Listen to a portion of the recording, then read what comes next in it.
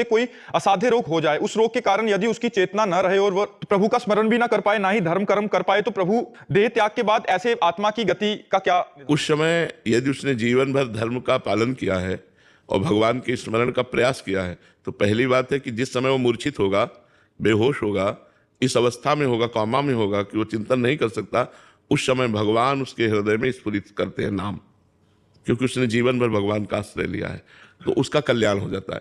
अगर किसी कारणवश ऐसी साधना नहीं रही और साधना करता रहा, लेकिन इस कोट की साधना नहीं कि भगवान स्फुरण करावें, तो अगला जन्म उसका मनुष्य शरीर का ही होगा और श्रीवान धनवान कुलवानों के यहाँ होगा, कोई अभाव नहीं होगा और भक्ति का भाव होगा, धनी पुरुष होगा और भक्ति का भाव होगा, जिससे जो भजन में अपूर्णता रह गई थी वो इस जन्म में पूर्ण करके भगवत प्राप्त हो जाएगा। उसको किसी तरह के अभाव की समस्या नहीं रहेगी, क्योंकि उसने पूर्व में साधना की है, तो इस जन्म में आकर के हर सुविधा और भजन में रुचि हो जाएगी, तो वो भजन की रुचि उसे ऊपर उठा देगी, भगवत माया का जो आकर्षण है, भोग है, उससे ऊपर उठा देगी और वो भजन में तन्मयता पूर्वक लगकर भगवान को प्राप्त हो जाएगा। तो उसकी ऐसा नहीं कि स्मृति लोप हो गई तो अब उसकी दुर्गति हो जाएगी, ऐसे नहीं होगी, वो उत्तम गति को प्राप्त होगा। भगवान का भजन कोई व्यर्थ थोड़ी जाता है, उत्तम गति को प्राप्त होगा। प्रभु, मैं आपकी कृपा से नाम जप भी करता हूँ, लेकिन फिर भी प्रभु मुझे जलन रहती है और मैं देखता हूँ जो नाम जप नहीं कर रहे प्रभु वो प्रसन्न है, प्रभु वो खुशी है। देखो जो विषय भोगों में राजी हैं उनकी दुर्गति पक्की है। जैसे पशु को हरा हरा चारा डाला जाता है और बराबर आगे वाले पशुओं को गड़ासे से काटा जाता है, तो पंखा भी चल रहा है।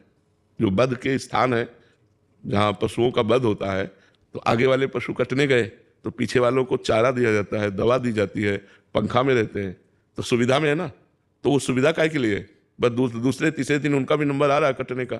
तो सुविधा को देखकर वो पशु ये नहीं समझ रहे, वो हरी घास को अच्छे से खाते हैं, अच्छा महसूस करते हैं, लेकिन उनको आगे की सोच नहीं है कि हमारा नंबर आएगा और गड़ासा चलेगा।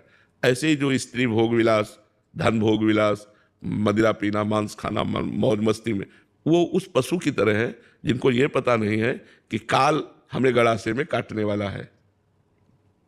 वो चतुर सुजान जो दूर से देख लिया कि इसका नंबर गया, अब इसका नंबर आएगा और भाग ले, वो बच सकता है, नहीं तो काटे जाएगा। तो जैसे तुम भजन करते हो, तुम्हें जो जलन होती है वो तुम्हारे पूर्व पाप नष्ट हो रहे हैं, वो जो भोग रहे हैं, खुशी तुम्हें हर्षित दिखाई दे रहे हैं, उनके पूर्व पुण्य नष्ट हो रहे हैं, पाप बन रहे हैं। पूर्व पाप और ये पाप जब स्टॉक में प्लस हो जाएगा तो उनका नाश हो जाएगा। आपका पूर्व पाप नष्ट हुआ, पूर्व पुण्य और वर्तमान की साधना जब प्लस होगी तो आप चमक उठोगे।